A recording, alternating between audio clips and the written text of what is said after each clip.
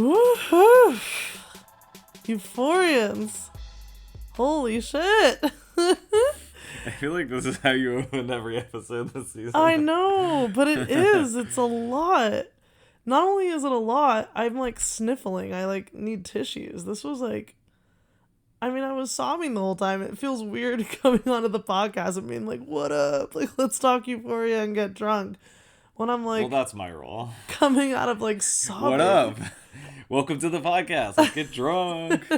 Let's talk about Euphoria. I need a drink of Cooks shots. Yeah. to nurse my depression. But like, I found that one of the least depressing episodes of the season. At least of the last few. Not emotional is a better word. I'm not depressed, but a lot of relatable shit for me in that episode. So I walked away from that being like, whoo, just like tears like, I'm not kidding. Like actual like sobbing was going on. Aww. I held it together, but yeah. Pour me some Cooks. Okay, so well, here we go. You know, this one to a great season, an amazing season, and to the cast, and to our listeners, and to you, Euphorians, to the listeners, to Meatball, to Eatin, to Lexi, and you know, really, we have to pour one out over here on the side for our boy, R.I.P. Ashtray. Oh no, don't even say that. Pour one out for poor sweet Ashtray. Ugh, poor mine. That's so sad.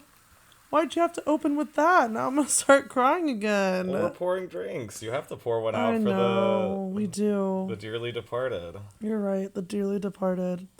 Well, I will cheers to... Oh my god, that's so fucked up. I was going to say a long life lived by Ashtray, but wow, no, not long at all. Like the shortest life ever. A short life of crime and treachery. Short life, but like live to the fullest. Yeah, he sure did live it to the fullest, and he went out guns blazing. He went out. Cheers. Cheers to Ashtray. And cheers to one of my favorite characters. I know. How do you? Oh, I didn't even think of that. Ashtray, like you're quoted on the podcast saying Ashtray's your favorite character. Like he was my first favorite character before we got so much Fez that I loved him so much. I just loved little Ashtray sitting in the back, being the weird, unexplained child drug dealer. The possible Nate's brother in the background. Yes. Yeah, it's a tough one. Really tough. Well, I'm sorry, Alex. My condolences. Yep. I might just stop watching in season 3. You will not stop watching season 3. We have a podcast to record. Oh, yeah. Oh, yeah, that. Yeah, that. Well, wow. I mean, this episode from start to finish was just incredible. Do you want to give us our title background to start? Another hit. Yeah. So the title of the episode is All My Life, My Heart Has Yearned for a Thing I Cannot Name, which is a quote it's a long one. From a book called Amour Fou, or Mad Love by the surrealist Andre Breton. I'm sure I've just butchered all of that French pronunciation. You need to learn your French. But, I thought about it and I was like, I could just look this up and pronounce it properly. But I feel like I owe it to the fans to continue to just butcher it for the comedic value. So my reputation will suffer for the comedy. Well, and they can call you out. It's kind of fun when our listeners call us out because that means they're listening. Yeah, I'm fine with that. So anyways, there you go. The book is he was the surrealist. He wrote the Surrealist Manifesto. He was there at the beginning. The book is described in one review as being an adulation of love as both mystery and revelation. The review also says that Amour Fou is dedicated to defying the widespread opinion that love wears out like a diamond in its own dust, and instead celebrates Breton's own love and lover. Any parallels with that, or is that just kind of overarching theme? I have thought about that, and I think we should circle back at the end of the episode to how we think that relates. Got it. But there you go. Cool. I'm all here for it. The genesis of the title. Well, we open obviously with Fezco, Custer, and you know what? Last week I said it. Faye puts the hero in heroin, and she sure did. She truly does. Dropping the glass was a genius move. I had a feeling from the previews that was going to be like a distraction of some sort. So I feel good that I didn't say it out loud on the podcast, but over here, huh? Yeah, I should have said that, but it was such a minor like detail. I didn't really think to say it last week, but I was really glad to see that she had their back. It just unfortunately was a little too late. Which sucks, because you can also tell in that moment she's probably also thinking that, like, fuck, I should have, like, said something when they met outside when it was raining, like, because she's developing such a cool friendship with them. Yep, and it sucks too, because it may not have been too late. Unfortunately, Ashtray kind of sped things up by killing Custer. I know. If that hadn't happened, they probably could have weaseled out of this one. But I feel like it's good that happened, because we've gotten so much more of Ashtray's background and the way he reacts to these type of situations, and it makes sense that he would kill Custer. Like, it just does. I mean, you can't really blame him. He's a kid. He's not supposed to have like some insane strategic like mind. No, he doesn't know about the warning from Faye. And also, he loves Fez. Fez is his brother. Like, he'll do anything to defend him. For Fez. He's kind of, he kind of runs like security for their whole operation, so you can't really hold it against him. But I also think, like you said, he is quite literally a child. So like the minute he stabs Custer, you can see it in his face that he's like, oh fuck, what did I just do, kind of thing. Like, just like pure shock of like, I just reacted really fast. Just, I don't know, I could see it in his eyes. It was very like childlike, like, oops. I think it's just because of how aggressively Fez is like, oh fuck. Like, yeah. I think it's more based on Fez's response than on him killing. But Custer. You know what I mean? Like, he's probably a little bit like, I could have waited a minute or two. Yeah, right. It's also sad that, like, I hate the part where Fez has to kill Custer, because he does it to save Ashtray, and because that's just what's going on. Like, the cops are on the phone and everything, but like, Fezco's not a killer. So all he really does is keep him quiet while he bleeds out. But you know that's not his like character type of like, he's not the same as Ashtray. I feel like he really feels it when he does have to kill people. Like in season 1 when he killed. Did we ever get a final answer on if he killed that doctor or not? I kind of think he didn't. I thought he just robbed him. I feel like we're gonna get roasted by our fucking listeners if we get it wrong, so I'm not gonna say either way, because I need to refresh myself on season 1. People keep getting mad at me. I had so many listeners that were literally so mad at me for not remembering Lexi was the younger sister, and whatever. I'm like, look, this is like, it's not that I didn't remember. This is comedic, first of all, and second of all, like, we're not like positioning ourselves as like the like no preeminent experts on this show. This is not the NPR of Euphoria. This is the drunken recap. Right, like, if we wanted to be 100% accurate at all times, we could prepare for like 6 hours before every time we recorded. I also think fact check everything to death, but at the end of the day, like, that's not how we roll. We listen to the episode and then we start drinking champagne. I was just gonna say later, and there you go. So I was just gonna say, I think also real quick, I think people forget that we literally watched the episode and we podcast, no lie, right after. So if we fuck up, it's not that we're not doing the research, it's that we literally just watched the episode. Like, I also think we do pretty good, Oh, we do, but I'm saying we don't have pretty accurate around here, even though we're not right all the time. Like, I value accuracy, and we try to issue retractions and corrections when appropriate. Of course, but we also don't have our journalistic standards. We don't have the resources though, because like the episode drops and then we go right into it. So it's like we do the best we can. Yeah. But I'm not sure. We'll have to maybe go back into season 1 and see. But anyways, so we get then like the cute transition of Maud and Angus having this like back and forth adorable. God, I know. Just to make it hurt even more, they have to give us this sweet back and forth occurring over multiple days. It was like so well done and so sweet that I was already getting like emotional watching it, because something's coming. I know. And at the time we didn't know it was Ashtray that's gonna get, right, the old.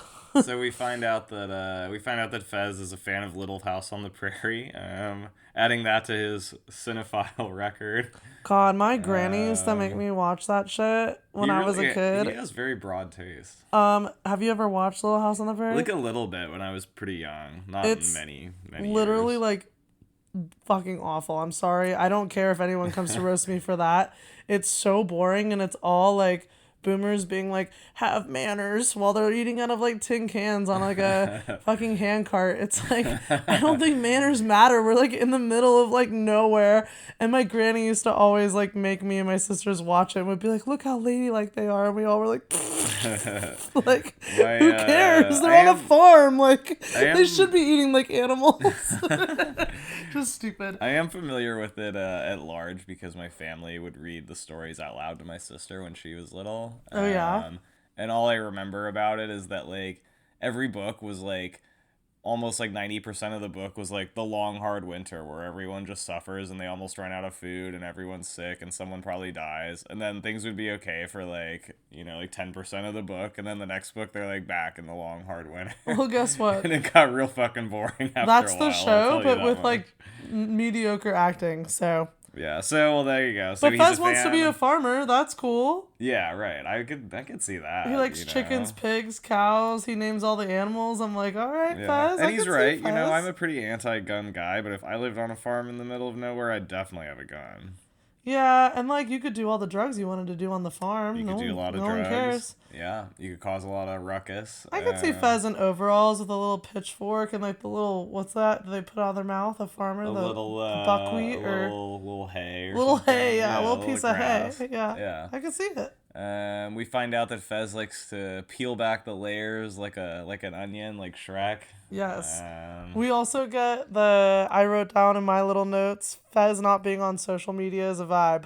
I feel like he was really channeling your personality, Alex. Like, other than our podcast, Alex is just completely off social media, and I envy him for that because I really like that lifestyle. I just don't post. I still like to look at memes, you know. Yeah, but I mean, I don't care to no, post but you don't post your life anything, at all. You don't post anything personal on social media, period. No. So like the podcast is like the most personal you get, and that's like not even that personal. So it's like, you know. Yeah, exactly. I was just jealous, but I was also like, I love that, and I like how Lexi and him have an actual conversation that's valuable, just like in modern times, meaning like amongst even you and I and our friends, which is that Fez's outlook on social media is so healthy. It's like, well, I don't need to like, meaning, okay, Lexi initially says, well, don't you want it so that you can like see other people's interests and like connect off that? And he's like, I don't care about like the basic like level of people's interests and shit. Like,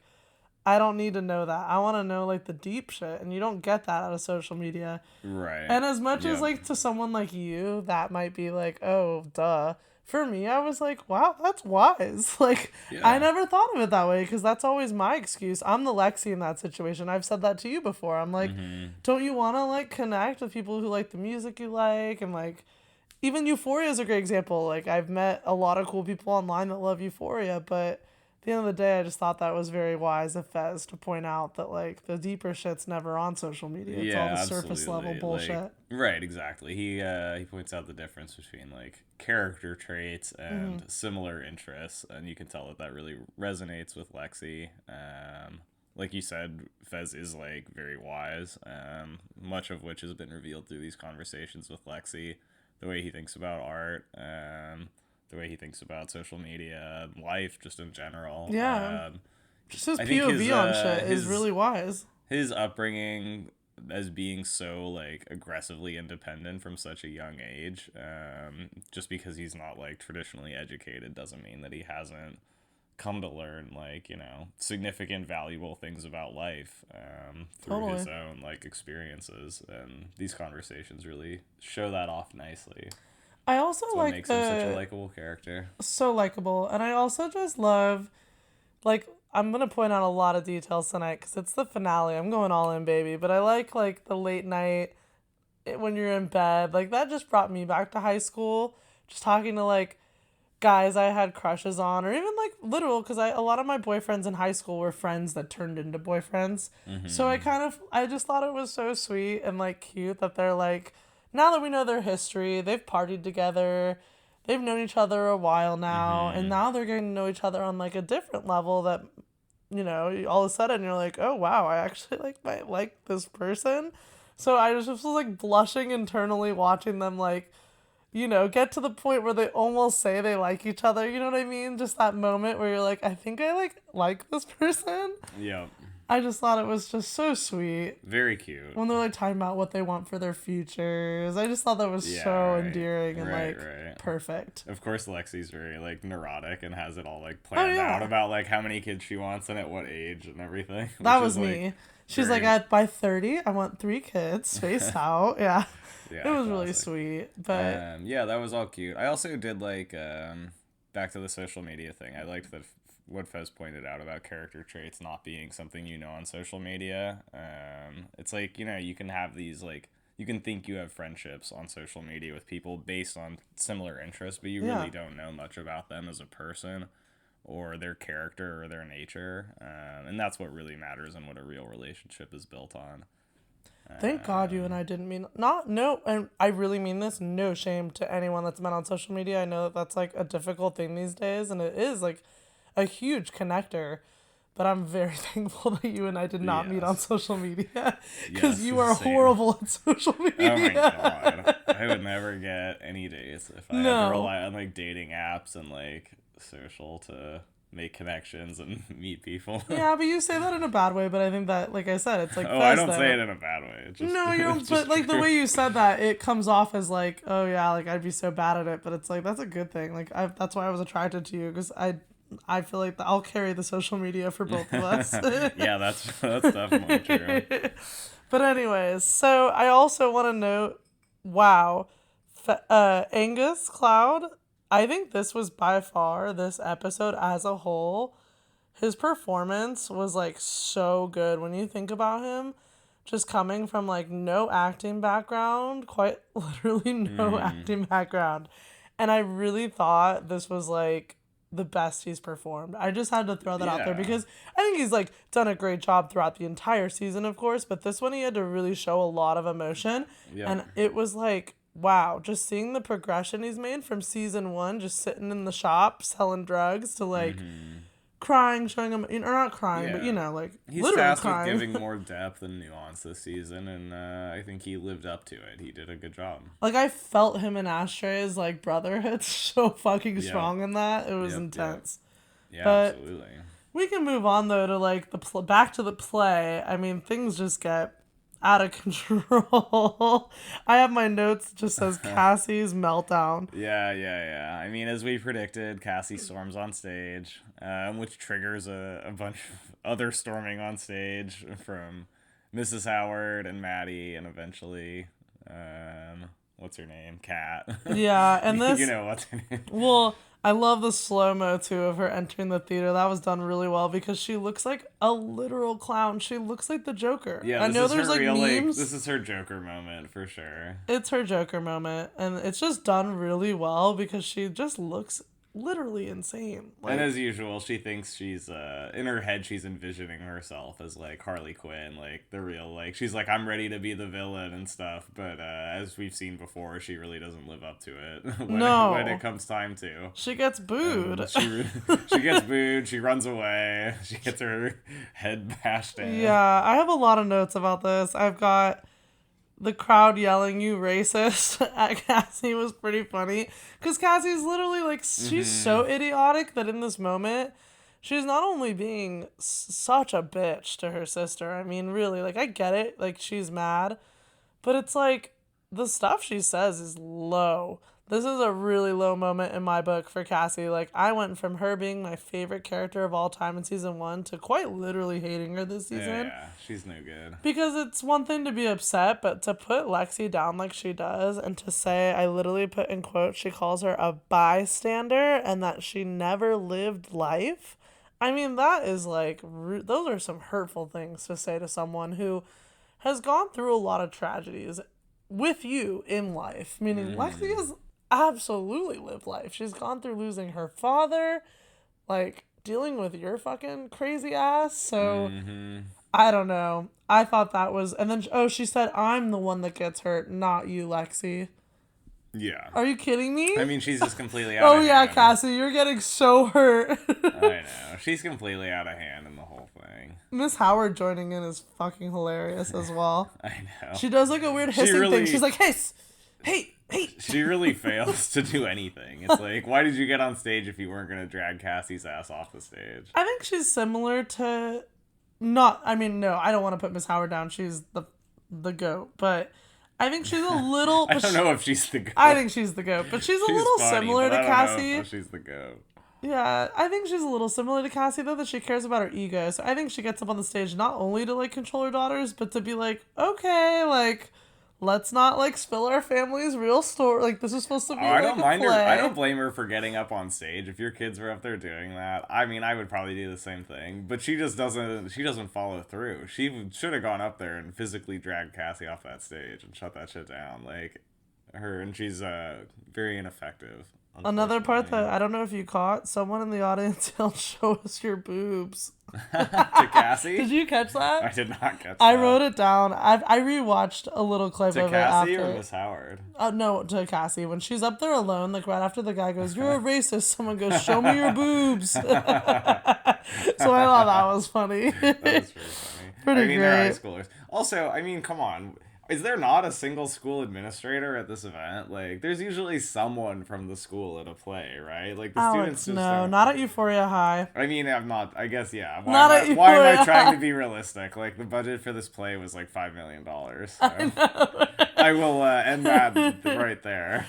Oh my god. And then I love when, it obviously comes to an end because they get dragged off by Miss Howard, but I love when the girl on the carousel is like just having the time of her life and she goes, "I just love fucking everything." Well, it was fucking hilarious that they brought back the carousel scene. Like, you have to. We pretty much think the play is like close to over, and then there's like, oh no, there's still plenty more like content. Like, we're gonna get the full like Cassie at the carnival, like Molly situation. Like, who knows what else should have been in there or would have been. But I also wanted to call out that Miss Howard's worried when Maddie calls Cassie a cunt. She's like, language. It's like, oh, Miss Howard, you let these girls drink wine, twerk in the hot tub. They're sleeping over with like their briefcase, going off to their boyfriends for the week. Like, I don't think your daughter's friend saying cunt is all that bad. Like, yeah, it's all good. You could probably let that one go. You could probably there let may that be slide. more important things to focus on, like your daughters having like a dispute that will end their relationship probably forever. Literally. Whatever. Who's to say? So then we get the epic fight. Like, Maddie, she's like, it's time to get violent. She's taking off her shoes.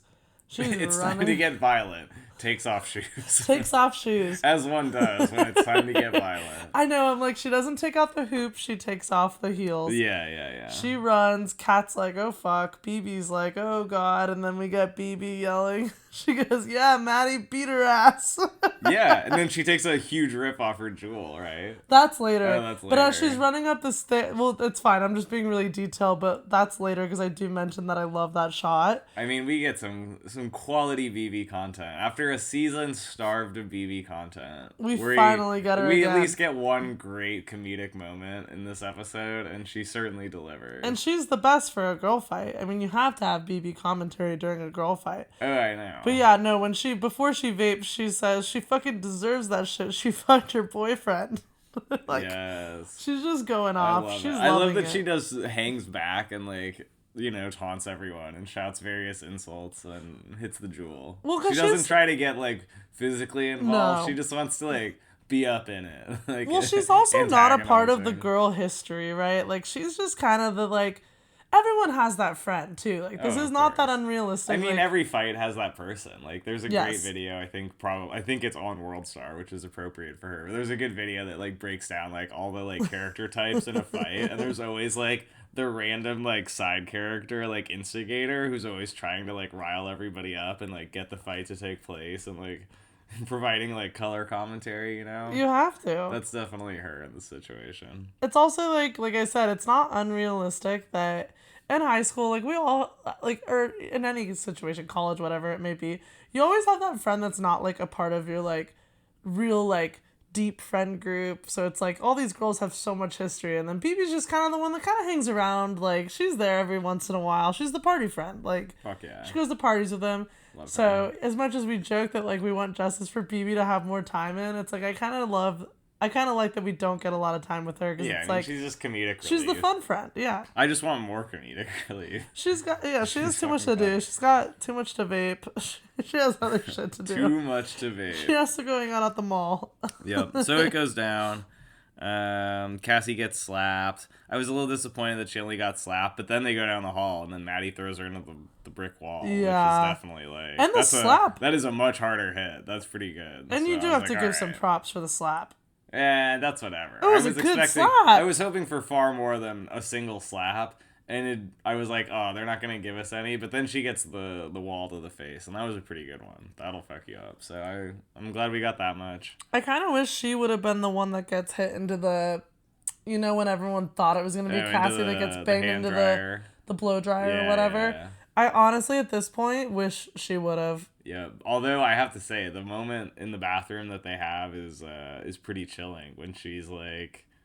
She's like, oh, Nate broke up with me, and Maddie's like, oh, trust me, this is just the beginning. Like, I know. Maddie just recently had a gun held to her head, so Cassie is in for it. And I kind of like that they leave it at that, because also, Maddie doesn't owe her that at this point. Like, I mean, that's nothing. That's just like a taunt. Like, girl, you're fucked. Like, yeah. I don't give a shit about you, but you're you thinking this is the end of your business with Nate is... hilarious, because that shit's gonna go on and on next season, I'm sure. The writing for that was perfect. Like, I like that they ended it on that, like you said, literal, like, haunting moment of the foreshadowing of what could possibly happen in season 3 with this, but also it's, you know, we all, of course, internally want that moment to be Cassie apologizing, having more to say, but we all know that wasn't gonna happen.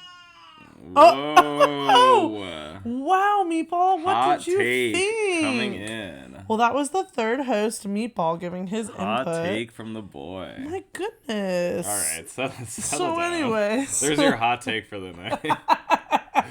What do you think he was commenting on? I'm putting you on mute. You sound like Cassie, Meatball. Wah, wah, wah. Crying. Yeah, big baby. All she does is drink in the hot tub and cry. Crier and puker. That is Meatball. He does puke a decent amount. Yeah, he's kind of a Cassie. He really is a crier and a puker. Yeah, so anyways, I thought also what was interesting about all of this is that there's no new Maddie, like, plot line. She doesn't get, like, roped back in any way. Which I think does still leave the door open for her departure next season in a way that makes sense. Like, she's pretty done with Cassie. She doesn't seem like she has anything else she needs out of that relationship. She's done with Nate. She ends this episode, I was like, she's ready to get the fuck out of there. And I could definitely see that being the case next season. I agree. And my input on that as well is I think that's why I have, you know, I've mentioned many times that I'm much more in love with Maddie this season because I think, like you said, I think she's matured. She's evolved quite a bit. And in that moment, I thought it was very defining. I will say right now, my prediction for season 3 is there is no friendship. I mean, because I think of it, Sam does such a good job of keeping things very real and not just doing things based off what fans might want and what audience, you know, might want. And it's like, of course we all want Maddie and Cassie to be friends, you know, meaning we'd like to see a friendship of a long time come back and heal and blah, blah, blah. Maybe not everyone, fine, me. Well, in a perfect world, you know, you want a character you once liked to come to their senses, apologize, and then maybe, oh, cool, we're all friends. No. Yeah, right. That's not happening. I'm calling it right now. It's not happening. I think Maddie's done. Like you said, her departure, she's matured. She's going to move on. She's going to join Algae. She's going to college. She's going to college. You heard it here first, ladies and gentlemen. Algae posted Maddie during Perez the premiere, and Alex and I were cracking up. He posted a photo of, like, him, Nate, and Cassie on set from season 1, and I forget what the caption was. It was so funny, though. It was like, oh, like, didn't see this coming or something. Yeah, right. And Alex and I were dying because we're like, Algae is just so thirsty. Like, it's the season finale. Like, McKay is officially, like, we can all say now, like, he is gone. By now he's graduated college. We don't need to talk about him anymore. Paige, you never know. He's coming back. Season 3, okay? I know. I'm like, I love you, Algae, but like, the thirst trap for like Euphoria season 2 is so high. Oh my god, I know. Funny. I Well, know. do you have anything else about the crazy fight scene to bring up? No, I think that pretty well covers Spoke the for itself. throwdown. Yeah, Maddie's taking her revenge. She has. She got a little violent. Not enough for Alex, but she got violent. Better than nothing. So then we got... And I purposely didn't talk with you about this scene until now, because I want your genuine... I kind of want you to go first on this Elliot Rue the scene. Rue Elliot scene. Yeah. Yep. Be honest. I was kind of mixed about it. I thought that I don't know. I'm not one for like a. This is why I knew you were gonna say. I don't know. I'm not too harsh on it. I'm not one for like an acoustic like number in a show.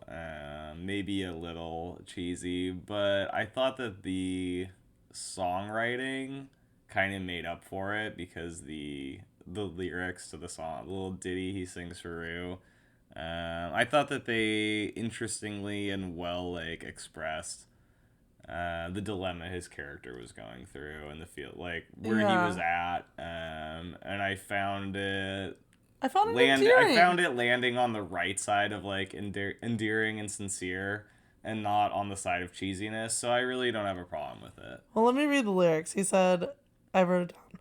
Little star, feels like you fell right on my head. Gave you away to the wind. I hope it was worth it in the end. You and my guitar, I think you may be my only friend. I gave it all to see you shine again. I hope it was worth it in the end. Mm-hmm. And like you said, the writing was very well done, because that's the part that like gets you. The lyrics are very sweet, and they're almost like not so direct that you're like, yep, I know exactly what that means. Right. Like, it just kind of encapsulates his feelings about what he did. Like, he knew that he was going to be sacrificing possibly his relationship with Rue forever. Yes. To try to, save her life. Kind of like giving it up to fate. And there's like a lot of conflict in a decision like that, especially as he's like a fellow drug user, Yep. And they shared that bond over that. He clearly like felt very conflicted and shitty about like his decision. Agreed. You know what's interesting? No one wants to be the rat, like, even if you think you're saving someone's life. So it comes with a lot of like guilt and like tough feelings. And I thought this did a good job of showing like how he was thinking about that situation and what he did. And 100%. So my reaction. So I got yours, and I'm glad we're on the same page. I would say Alex and I are on the same page, like you mentioned. We are not fans. I'm going to be a little more passionate on my response. We are absolutely never fans of like a moment of silence where the guy in the romance movie pulls out like an instrument and is like singing. Well, like, least of all an acoustic guitar, but there's some movies that do it really, really well, and it's far and few between for me, meaning I always joke with Alex, if he ever, even if you had a good voice, meaning I'm not joking about like you sucking at singing and what if I have a horrible voice? You have a horrible voice, but I'm saying if you had a really good one, I still would not feel comfortable if you were like, hey, talking to me in a conversation, all of a sudden you're like, let me put it better and does it make it more endearing that I have an awful voice? No, it's worse. But I really mean it. I weirdly... maybe we are both the odd ones out for this, but I fucking hate when people break out into song at random. It makes... Not because...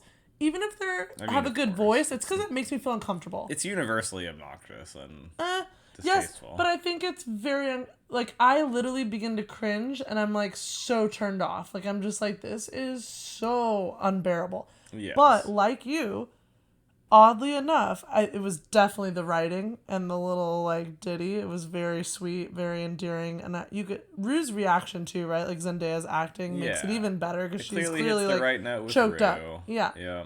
So I think it was the perfect formula to make it something that I found extremely endearing and honestly perfect for like resolving that little part of Elliot and Rue and thinking, okay, what's next for them? Yeah, and I think it also puts things in the right space where it's like, it's unclear what's next for them. Yes. If they're even going to maintain, like, a strong friendship after this. I think they probably will, but it even puts that into, like, perspective as, like, even something like that is on the table, like, also, and unclear.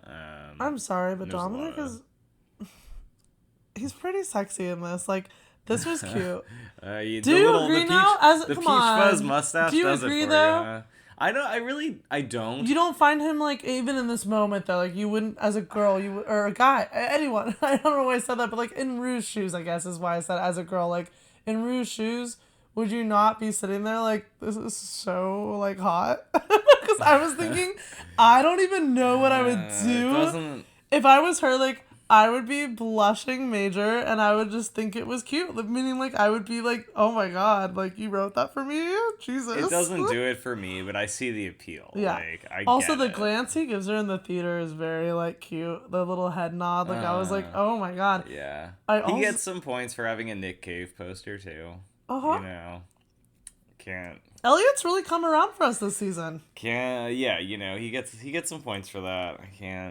But I'm saying we hated him in the beginning, and look at the circle we've come to by the finale. We're like liking him singing a little ditty. I've come like half circle on him, but begrudgingly. But yes, I have, and yeah, but we like hated him so much in the beginning that I'm like, if he was singing in like episode 2, you would be like, oh, this idiot. Yes, this is true. But now that we like him, we're like, oh, this is so cute. Yeah. Right, also, I have to show you these memes. I'm begrudging about it, but you're not wrong. I have to show you these memes. I did think they were funny, and we were actually indifferent to most of the Twitter reactions. I thought everyone was going to be on our page being like, that was so cute. Oh my, OMG. Does everyone hate it? There's this one of SpongeBob, and it says, why the fuck did they interrupt Maddie beating the shit out of Cassie for Elliot's long-ass song? And then there's this other one that says, we're wasting time with Elliot's song. It maybe went on a tad. The last one says, just wasted 5 minutes with Elliot's song, #Euphoria. Well, they really went there with the whole second verse. I know. But, you know, like I said. I thought the internet was mean. I liked the song. I actually wasn't mad about it, so I can't complain. No.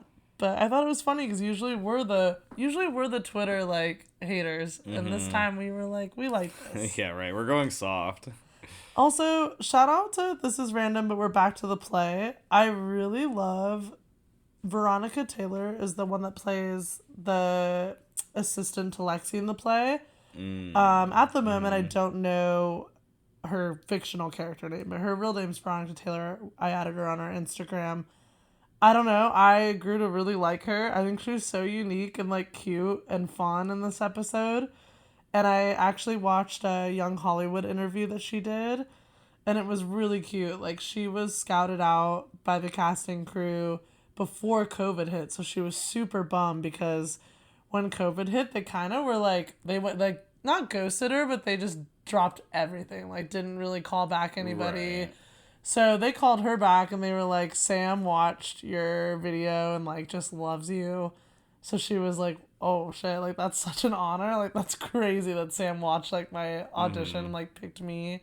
So I thought that was cute because I actually really liked her. I thought she was funny. Yeah, I like the interaction between her and Lexi when they decide to go on with the play is nice. That's why I brought it up. I feel like she had her back, and she was like a... What'd she say? She's like, art should be dangerous. Yeah, she was just cute. She was like a good comic relief in really sad moments for Lexi. You know, as a podcast host, I really feel that. Like, art is dangerous. Like, it is. Podcast hosting is a really dangerous gig, you know. But yeah, we put our body and our emotional psyche on the line week after week for the art. We do it all for the art, really do. You know. And then we get yelled at. We deal with the trolls, vocal fried, and talking over each other. You know. Yeah. It happens, but yeah. Thought that was cute.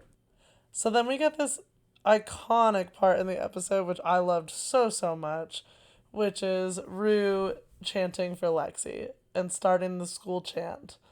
Lexi, Lexi, Lexi. Yeah, that was cute. And That was then pretty cute. just seeing her reaction to her standing ovation and what do they call it? Encore. Not standing ovation, encore. It's like, I mean, it's kind of neither because the play is like halfway done, but yeah. But it's cute. Yeah, of course. Super It's cute because think of Ethan. Think of all the hard work you put into this play. Think of Ethan. Think of Ethan in this moment. When everyone's chanting Lexi's name, let's think of Ethan. I was thinking of Ethan. I'm like, he just put his like heart and soul in this play. He's playing every character. He did that huge dance routine with a big penis. He's living like his fucking dream. It's true. He got props on stage from the person he's portraying. I mean, that's he's missed dates nice. with Kat. He's going through a breakup, and this was his big breakout. So I'm like, ugh. But yes, of course, I'm thinking of Lexi. Also, oh my god. So I immediately literally started crying when she goes out and dedicates. I don't know if she dedicates the second half of the show to Fez, right? Is that what she does? Or yeah, I don't want to like misquote it, but she's right. She said someone told me that like sometimes it's okay to hurt feelings. Yeah, she said that sometimes people need their feelings hurt. Yes. And so cute, even though he can't be here yes. tonight, like, and I was like, for him. No. Yeah, I know. Jeez. And does that go into the Fezco Ashtray like gun down moment? I think it does. We get into that part. Let's just go into it. So. God, they had to give us all these fucking like crushing scenes of like Fez's letter to Lexi like being trampled by the fucking SWAT team. Like, come on. I did think that was a cool shot though, where they throw the roses down, almost like it's on the stage of the play, but really it's just like he's throwing them down because he's like, "Fuck, I gotta like figure this shit out." So the SWAT team busts in, Fez's plan is for Ashtray to get out, surrender, and he's going to take the blame, of course. Ashtray is just such a G, he's never going to let that happen. So he goes to the washing machine and gets the guns and locks himself in the bathroom. Which to me, I was kind of like, what's his plan? I was thinking suicide at first because I saw him grab the gun and I was like, is he just gonna like shoot himself right now? Oh, no way. Well, I didn't know. I was like, what's he doing? And then he's putting them all in the bath and I was like, well, now what? Well, you always get in the bath. Like, the bath is the safest place to be in a gunfight. That's really? what they always, if you're... Oh, because of just the shield of it? Like the... Yeah, like if your house is ever getting shot up and like a drive-by. Because that's a common thing. Well, if there's a... Take note, everyone. No, seriously, if you hear, like, gunshots, like, nearby, and you're like, maybe there's stray bullets, like, you're supposed to get in the bathtub, like, in case a stray bullet comes, if there's, like, shooting, like, close to you. Good to know. It's the safest place to be. So he jumps up in the bathtub, because I think his plan is just, like, I'm not gonna let Fez go down for this, and he's gonna... Why couldn't, in this moment, Faye just say she did it for self-defense? He was coming at her with a gun. Would that not have worked? I was thinking the whole time. I know they don't have a lot of time, but they drowned the phone, so the cops can't hear them. Well, I think that's what Fez's plan vaguely was, but, like, I mean, there's no great, like, plan there, because they're on the fucking recording and everything. Also, to be fair, Faye in this moment, man, this is a scary moment. Like, being her would just be so scary because you're like not involved in any of this. You're just kind of, you know what you're into because you're living with drug dealers, but like this part is so scary because it's like, well, she's not a part of any of this. Like, I know, right? And then you're about to be in the middle of like a shootout. Right. It's so scary. Yeah, I mean, I think as much as Fez loves Ashtray, Ashtray loves Fez, and Ashtray's not gonna let Fez go down for something he didn't do, and doing this, like, he's gonna go out in a blaze of glory, and I think this makes it clear to the cops, like, that he's the killer, ideally. Totally. And gives Fez an out of the situation. We'll see if this works next season, given that Fez was like holding the knife and stuff, but I mean, at this point, with Ashtray dead, Fez should reasonably be able to blame all of this on Ashtray, which like feels really bad, but that's probably what Ashtray wants in this situation, is for Fez to get out of jail time. God. And it's so sad because Fez just wants Ashtray to like live the life he didn't get to, He just wants him to live, period. Like, also, I mean, he's totally off topic, but Faye's air sneakers are really cool. They do a shot on those. Fun. I'm like, those are dope. Those are fun, for sure. Yeah, I mean, unfortunately, our predictions, we got it spot on with our predictions last week. We said if Fez gets shot, he lives. If Ashtray gets shot, he dies. And both things happened, which I didn't expect, but No. we were correct with both of them. I didn't think Ashtray was gonna like knock Fez out. You know what I mean? Like I didn't think it was gonna go to that level of like, I don't know. I just didn't know. Yeah. But wow, the shootout is done really well. Like from a cinematography perspective, this scene was so tense. I was like sweating sitting here watching it. Just so much going on. Like I said, Angus gave like such a good performance. You're just so tense. Same with our girl Faye. Like she did a great job. This whole scene was just so well done. It was just crazy. And the end where Ashtray just blows that cop, it's like, holy shit. Yeah. I do like that even though he went out, he really like, I like that they gave him like that little win where it's like he got to take that guy with him. Yeah, because that's his personality. Yeah, fuck yeah. They had to do him justice. Yeah, that was super smart. They had to like... I mean, he knows he can't just stay in that bathtub forever. He's gonna get got at some point. And unfortunately, that wraps up the Fez Ashtray storyline for this season. Which is awful. I'm gonna fucking miss Ashtray next season. R.I.P. Ashtray. We Absolute love you. Absolute R.I.P. One of the best characters on all of Euphoria for 2 seasons running. And so well casted. So, yeah, great. Just great work all around. Great work. The most emotion we've seen from Fez, for sure. Like, he's really good at playing the low-key drug dealer. Like, even when Rue was, like, pounding on the door of season 1, like, he didn't really have to show much emotion. But, like I said, in this one, I was, like, he was making me cry. Fez was. Because, like, I'm not like you where, like, Ashtray dying made me cry. Of course, that's so sad. But, like, I was more crying at Fez's reaction. Yeah, because that's, like, his one... person he had. Like, without him, think about it, he has no family. That was it. I know. He's just got that catatonic grandma, which sucks. There were all these predictions that she was gonna wake up during the shootout. Come on. I mean, what's she gonna do, like go swap mode from that bed and like take out all the cops? Like, but even if I mean, come on. The shootout's going on. The grandma like pokes her head out. She's eyes like snap what's going open, on? Reaches under the bed for like a cache of weapons. Come on. But you know, Grandma did not wake up, ladies and gentlemen. She did not wake up. The granny didn't wake up. So then we move on to Nate filling a gun. And I will say, at least he didn't do the beer bottle trick again. Because again... He for sure did it. They just didn't show it. He definitely did it. Yet again, a Budweiser, like... Or is it a... Yeah, it's Budweiser. Always a Budweiser. Budweiser in the cup holder. That's I was like, brand. Well, is he going to do the trick? Is he going to do the trick? Of course. Nope. I mean, we know he did. But yeah, so then he's off. He's all drunk and angry, and he's off rolling to Cal's. The gun? To Cal's architecture developer offices, whatever. Where they're all drinking Natty Ice, by the way. Where Cal is partying with a collection of, like, total, like, you know, street miscreants. So let's make a note here. So, just so everyone understands, Cal is what is he, an architect or real estate? He's a developer. A developer. A real estate developer. But known for being big in the town, yeah, wealthy, big middle class wealth, right? Big money. And he drinks Cooks and Natty Ice is now what we know. So Cal Cooks, the lowest shelf champagne. Hey, he parties hard and he parties cheap, okay? And there's nothing wrong with that. So let's not shame Cal for his liquor choices. Also, I will applaud Cooks till the day I die. Natty Ice, however, it tastes like you're just drinking horse piss. I'm with you on that. That's like a level below what I'll take. I'll drink basically anything and I won't drink that. Anyone of young age, meaning of age to drink, but like 21 and up, if you're like partying and someone hands you a Natty Ice, please judge them. That's not a good choice. Just don't. You can find something better. So I checked the. Well, not judge them because you could drink a PBR for cheaper and it's better. Yeah. Well, not cheap. Hams. Natty Ice really is. It's the cheapest. Like, is it really? Oh yeah. It's cheaper than Hams? Yeah, cheaper than everything. It's really, really cheap. Fine, don't judge them, but it sucks. Don't drink it. But it is.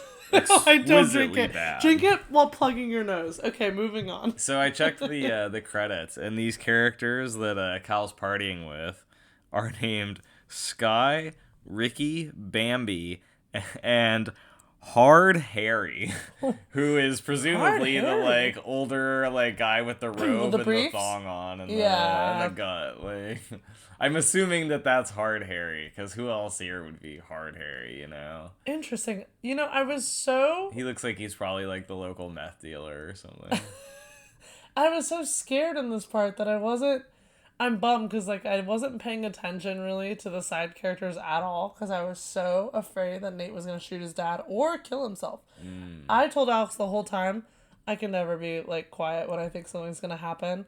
I was like, he's gonna kill himself. He's gonna kill himself because I Hard thought Harry. I thought in his mind killing himself would torture Cal more than like.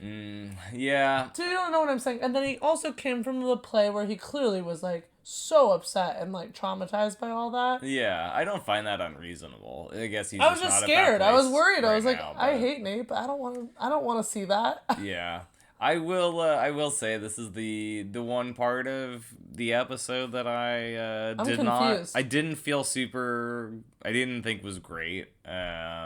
They pass off what appeared last week to be like basically irrefutable evidence that Nate was abused by Cal, as Nate saw Cal's sex tapes at 11 and then had nightmares of being abused by Cal, which I I find don't think that's that weird. I find that pretty unbelievable and very strange. And I guess all I can take away from that is that it speaks to Nate's mental illness. But like, obviously, it's highly upsetting to find sex tapes of your father Yes. like banging prostitutes at 11. That's gonna fuck with you in a myriad of ways, and you know is psychologically damaging for plenty of reasons.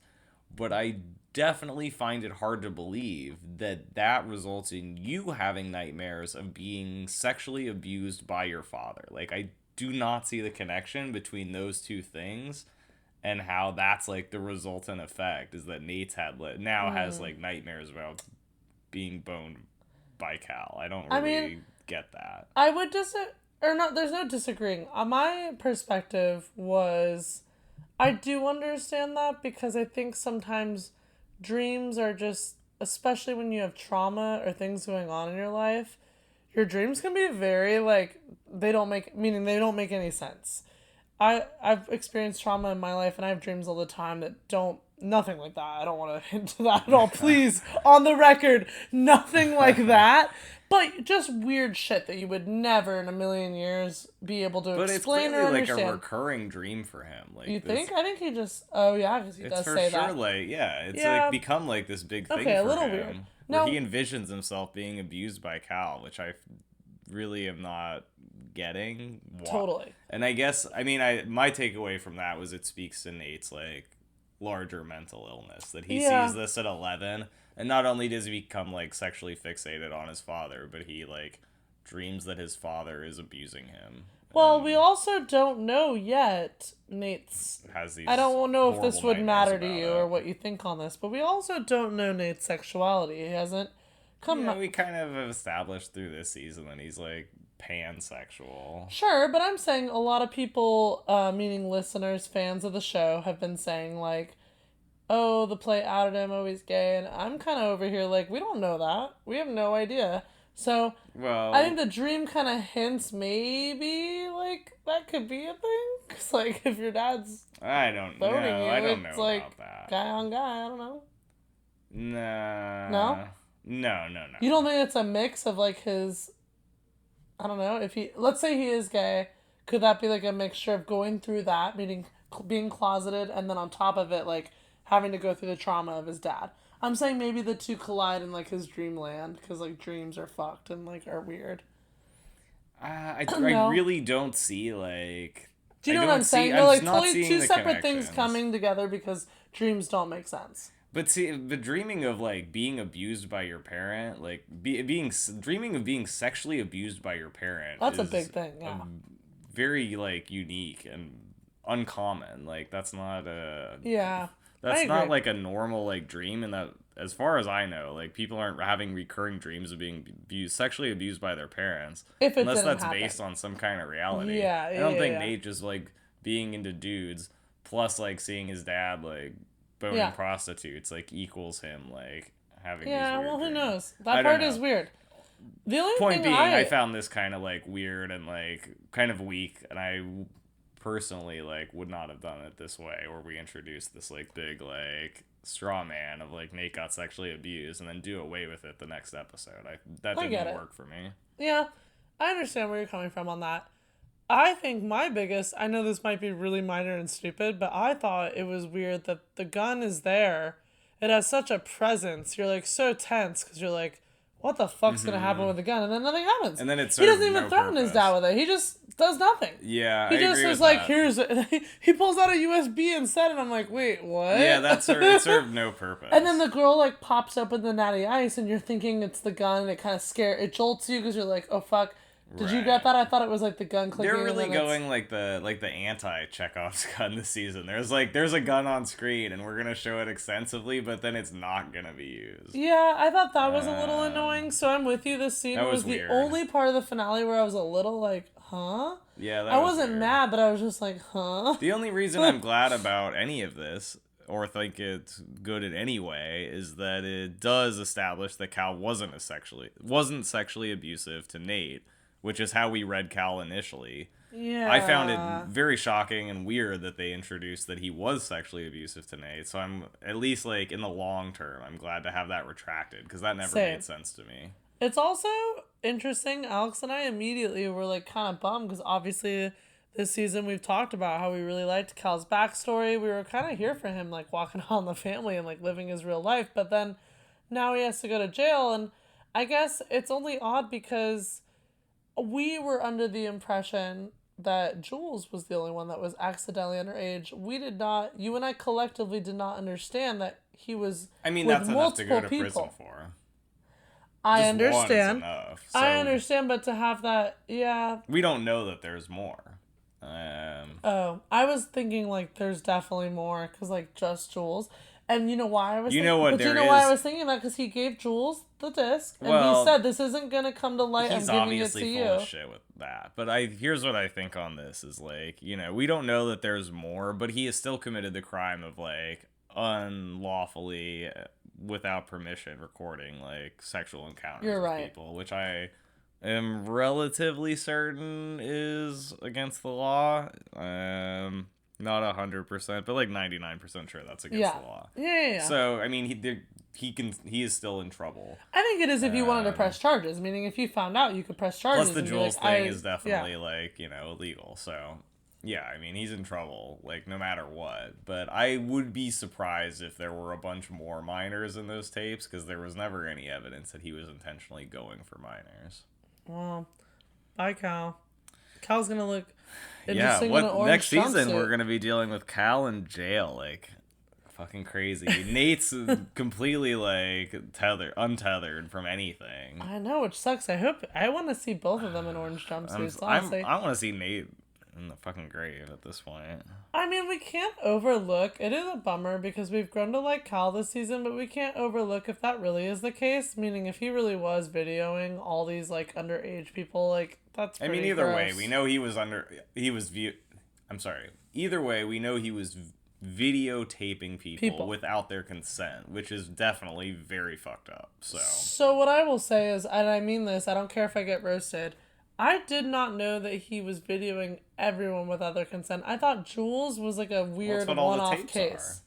I understand, but I thought those people were down. Like, no, I don't think I mean, why would he make an exception for Jules? He thought she was the same as everybody else. I'm saying I'm naive, I don't know.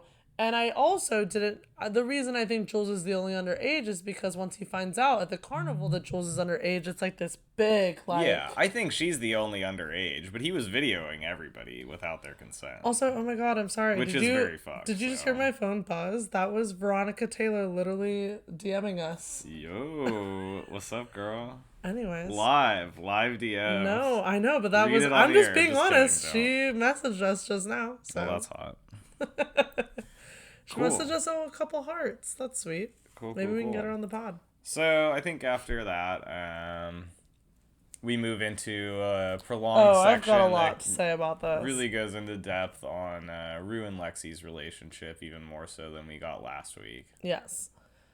I wrote Rue's speech highlights in my notes because I have a lot to say about this funeral speech. Well, hit us, baby. Give me the notes. Okay, so yeah, this is where Paige starts shedding many tears. As we all know, if you listen to season 1 of our podcast, I always get the most emotional when it comes to Rue and her relationship with her father. Obviously, because I lost my dad around the same age she did, so it's very relatable. I'm not an addict, and I didn't go her route, but I think I did things similarly, in a similar pattern she did, just not with drugs. Mm-hmm. So it's highly relatable, and I think a lot of our listeners out there that have gone through the trauma of losing their dad can relate as well. Meaning this must trigger something, because it sure triggered me. I'm over here, like, sobbing. Alex is like, Ashtray. I'm like, no, Rue.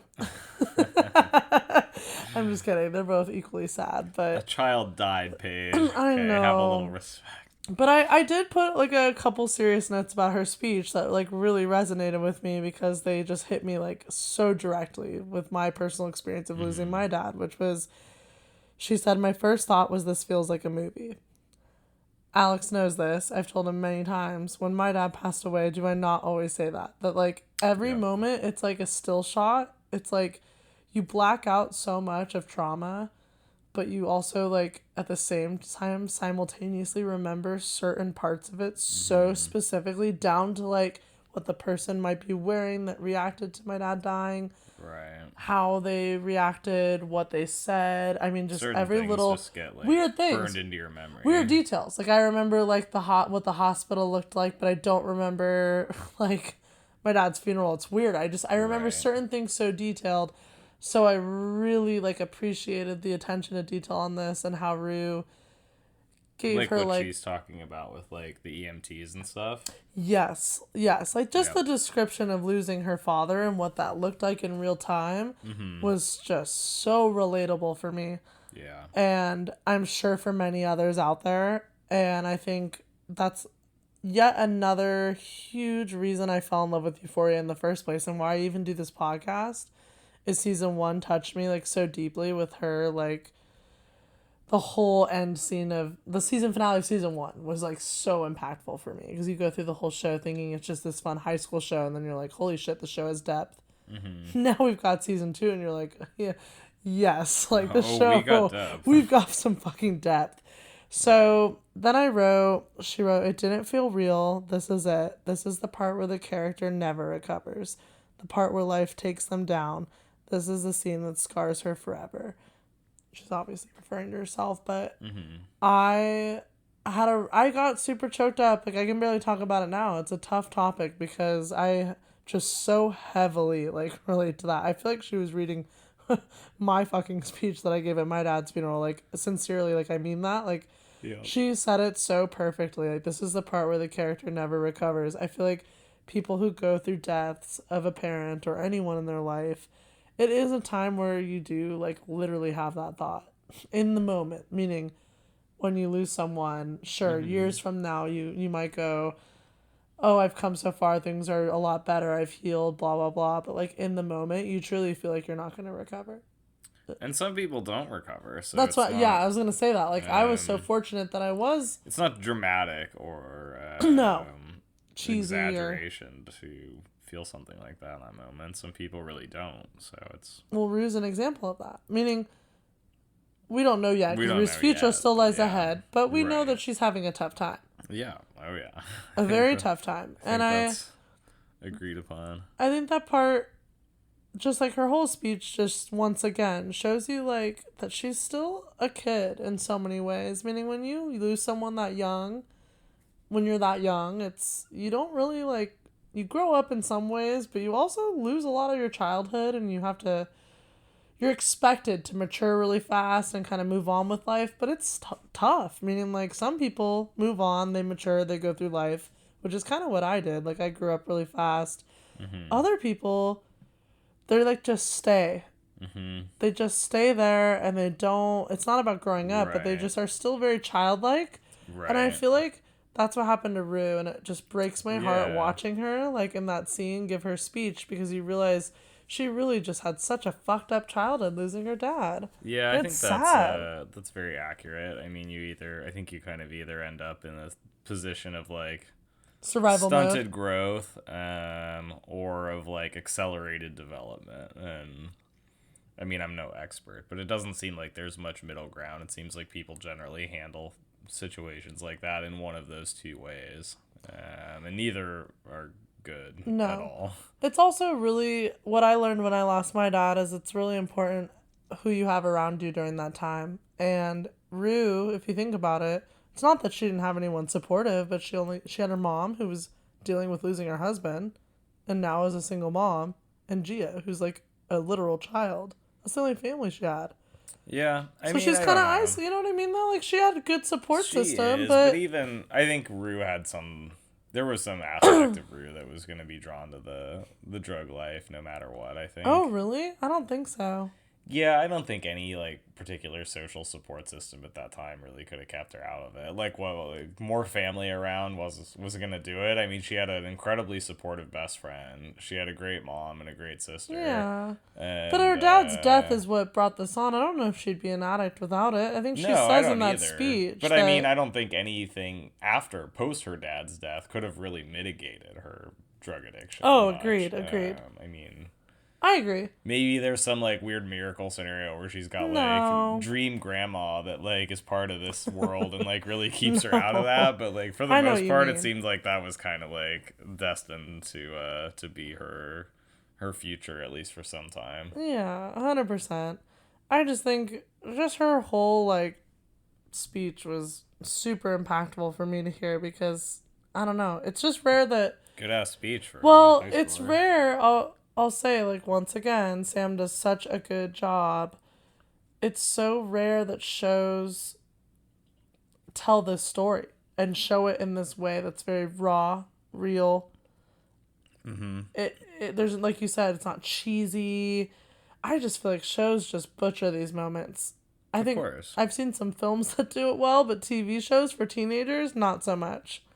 Yeah, typically this is not handled in the most realistic way, because the realistic way isn't very sexy. No, and The realistic way looks a lot like this, you know. Well, It's and a lot Alex of, knows this, and I'm sure- prolonged trauma and degraded family relationships and yeah. the shit. Well, and you know this about me.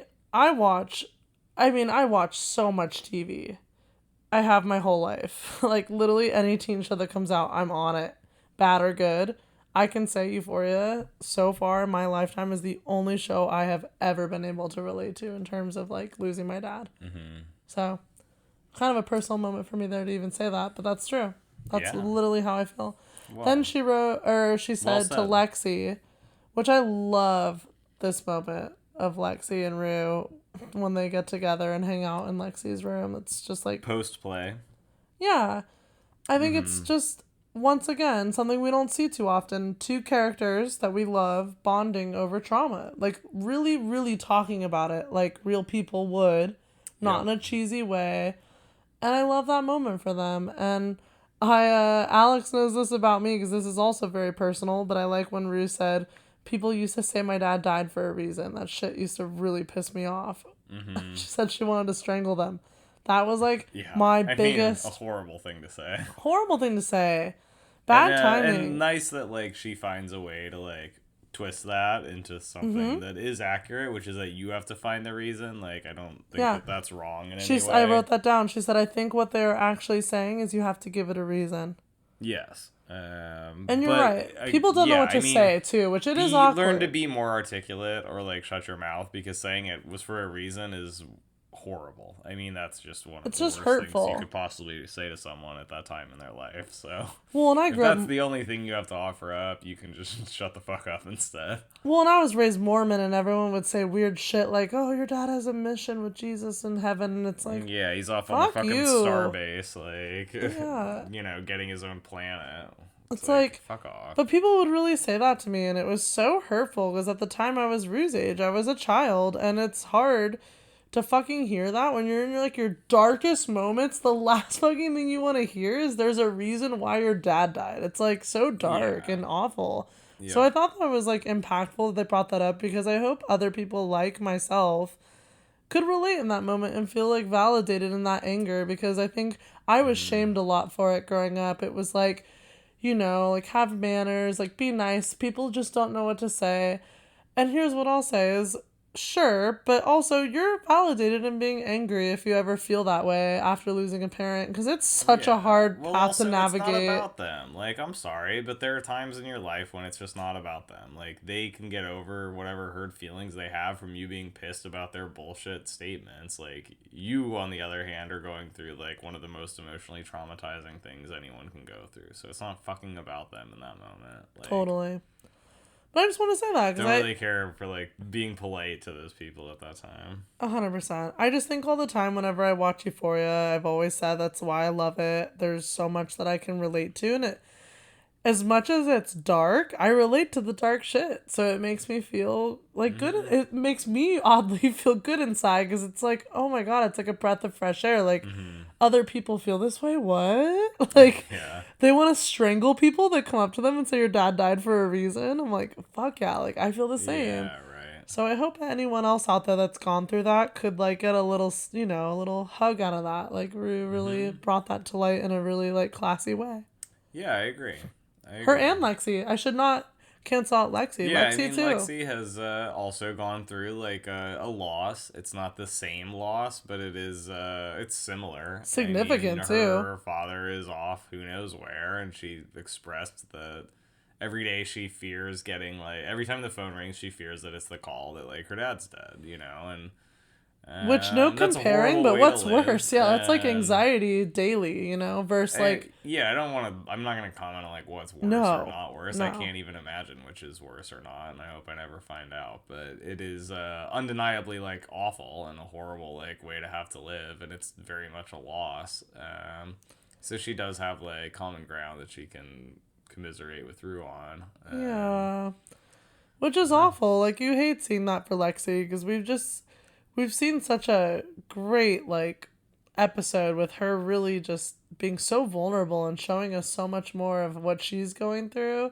And that part made me really sad. She's clearly really going through it, and we don't get to, like, see that. We just see the Bob Ross and, like, the funny parts of Lexi, but it's like she's having to deal with, like, being scared hearing the phone ring. Like, yeah, totally. That's awful. You don't wish that on any, like I said, I keep saying child, but it's true. Like, even though they're in high school, you're still a fucking child in high school.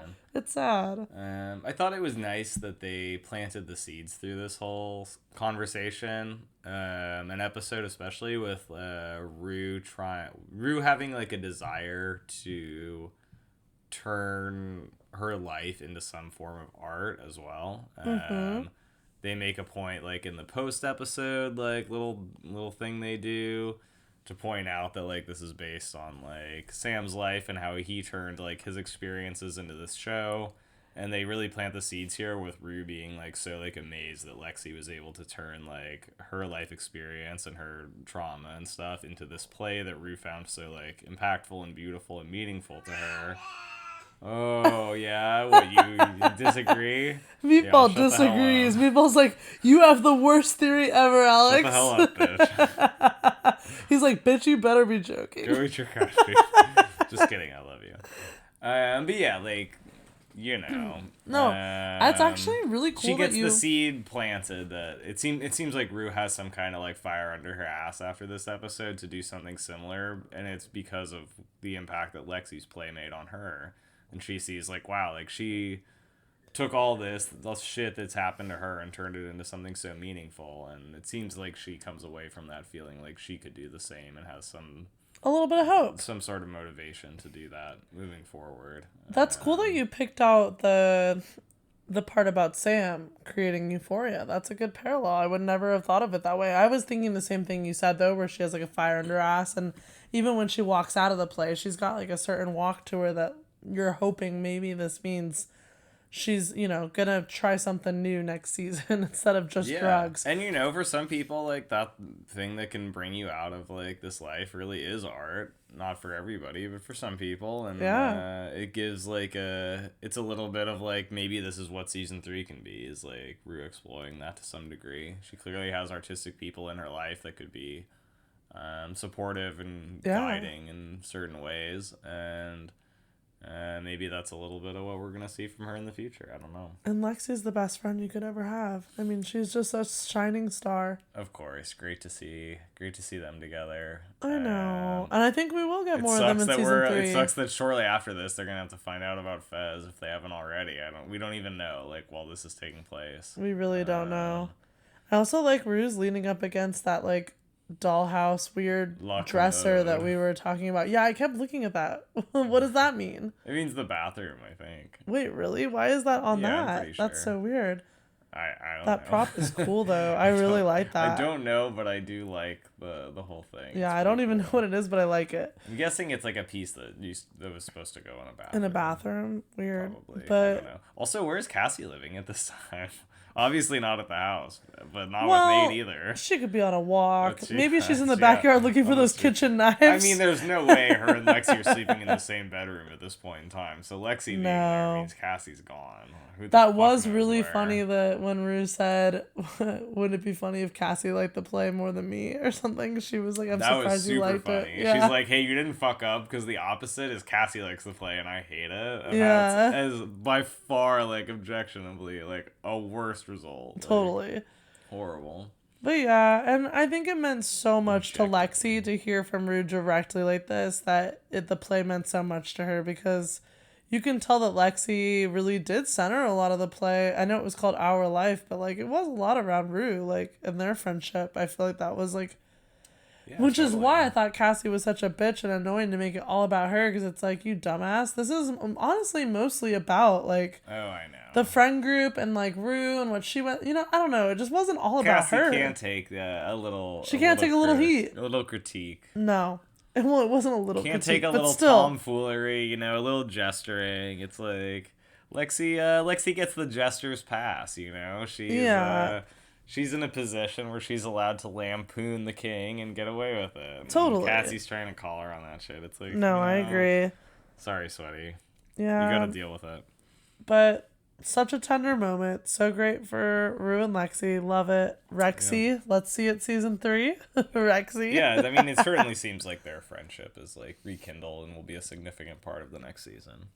Excited for that. And then we move on to Rue's other, major relationship with Jules. And I don't like this one as much. I don't know about you, Alex. I don't like this one as much because I have thoughts. Who wants to go first, though? Go for it. I literally wrote down. So I wrote down, I'm not kidding you, my drunken little notes here on my notepad. I said, Rue and Jules' moment makes me so sad. But I understand because... and I put a bunch of sad faces, but I understand. Sad face. Oh, and the reason I say I understand I'm glad that you're taking notes with, emojis. I had to, because that's just how I express myself. Yeah. So what I mean by that is... I guess I am, once again, naive. I thought maybe in this moment, Rue and Jules would have some sort of romantic rekindle, and I'd walk away from this going, thank God, they're still together. Because I'm such a Rules stan. Mm-hmm. But oddly enough, a part of me was I don't know, though. The look back to Elliot was a little too, she seems not interested. I don't want to put that out there because I think her and Elliot are in a good place, meaning they had that moment and it was very tender. I don't think it was romantic, but a part of me thinks she kind of is crushing on Elliot. I'm going to put it into the universe. I thought that look back was a little bit I don't know. He did the head nod, and when you head nod someone, it's kind of flirtatious. So, and she kind of looked a little happy about it. But I'm not saying that's for sure. I'm just saying a part of me though is so if she's over Jules, what's next? I don't know, maybe Elliot. But let me finish though. All I will say is I'm heartbroken when she kisses Jules on the forehead. I'm sorry, but if you kiss someone on the forehead, you're done. My thoughts were, that's the sign of a breakup. Not forever, not Rules is done forever, but for now and moving into season 3, I think they will be on a break. Well, they are. She pretty much says it. Yeah, I agree with that much. But a kiss on the forehead is never a good thing. I don't know. That's what you do to your sibling. You're like... Well, I don't know. I guess... you know what I mean? If I kissed you on your forehead and walked away, you'd be like, what? I don't know. The way I see it at this point, I mean, obviously the big question is like, is this the end of like Of rules. rules? No. I think I refuse. it remains to be seen, but I think that this step means that it is the end for now. I'm not gonna say long term, but I think that this episode leaves us on like a surprisingly like hopeful note about Rue. And for her right now, that means focusing on herself. Like, as like cliche but that's why as I wrote, that is, I she needs to just understand like with do sad her. emojis. I don't think she's going for Elliot. I think that was like very like friendly. Like, we have peace. Well, like, don't put it we're like that. homies I said now. I just had a little feeling. That's not why. I said the reason I understand with sad faces is because I understand that she has to make room for herself in this tough time. Yeah, I think it's the way I read all of this is that like with Elliot, like it's cool. Like Yeah, they're they're probably, I homies. think they're probably gonna go different directions, but maybe not. Maybe a friendship will persist. But I didn't really read much like romance in that personally. Okay. The thing with Jules, I read very much as like Rue is like just doesn't have the space or the Yeah. emotional capacity to like be involved with this in any way at this time. And she has nothing Which is a for love bummer with because Rue was Jules, the but one all like in the beginning and wanted it. But then I I don't like know. that she said, I wrote down, she thinks she was too high She for was most high of their for like half relationship. their relationship at Yeah. least. Yeah, I mean, I think that she has, like we said, I think she really needs the time to like deal with her Yeah, own but think shit about and like tragic that be is with for herself for Jules. the moment, and isn't really like emotionally. She just doesn't have the space to be emotionally invested in Jules right now, which is fine. I know. Um, But can we think of how tragic that is for Jules for a second? yes, Because awful. for Jules, she Fucking was sober sucks. through their whole relationship, and this was like a very real moment. So I guess that's where She's I put up felt with a lot sad. of shit, like for Yeah. sure. She's put up with a ton of shit from Rue, like Yeah. big time. But not just that, that's like, they both kind of talk about each other like being their first love. So that's really sad that like her first love, not to her face, but admits out loud in the narration that she's was high for most of it and she hopes Jules will forgive her for that. Totally. I thought that was so sad because I'm like, the part of Paige that just like loves the rules relationship, that broke my heart to hear because it's like I knew it deep down, but hearing it out loud is really tough because you want to believe the fantasy, right? The fantastical course. part of Euphoria that paints this romance as perfect and fantasy and I still think it's possible. Like, I mean, if there's one thing this show does, it's subvert expectations. I think Yes. this season has really shown us that. I don't think that anyone expected the finale of season 1 to end on a hopeful, sober moment for Rue. No. By any means. So who knows what this is. yeah, I mean, I think that like this finale was probably like not generally what the whole season generally was not what people expected. I think it sidelined a lot of stories people thought would be front and center. It brought other stories to the forefront. It did all kinds of things that were not Yeah. what everyone was expecting. Focused on And I think characters we never thought would be in the and I think spotlight. it worked like exceptionally well. So when I think about what's next, it's like who knows. I agree. But like, yeah, I mean, who thought this episode? Who thought that season 2 was gonna end on a high note for Rue of like sobriety? She's like, not only in that moment, but she's like, I stayed sober for the rest of the school year Because it was just too hard to do anything else. so there's That's like what she some, said. yeah, right. Yeah. There's some like implication of like future events. So I think that there is still hope for them in the future, but Agreed. Well, clearly I'll not at end. the moment. I'll end like the recap. We can keep talking, but I did want to note what she says at the very end because I thought it was impactful, and I just liked how the episode literally ended in the script, which is, she said, "I don't know if this feeling will last forever, but I am trying. I remember Ollie once said, the thought of maybe being a good person is what keeps me trying to be a good person." Mm-hmm. Maybe there's something to that. That's how the episode ends. I thought the thought of maybe being a good person is what keeps me trying to be a good person. That's an impactful way to end the episode. Yeah, because everyone can relate to that, drug addict or not. To conceive of just the possibility of being a good person, like that has to be on the table for her as even like a possibility for her to try to be good. And yeah, Yes. I mean, I think so much of this episode was about Rue coming to like the conclusion that she needs to do it for herself. Like, there was the whole Yes. thing with Cassie's.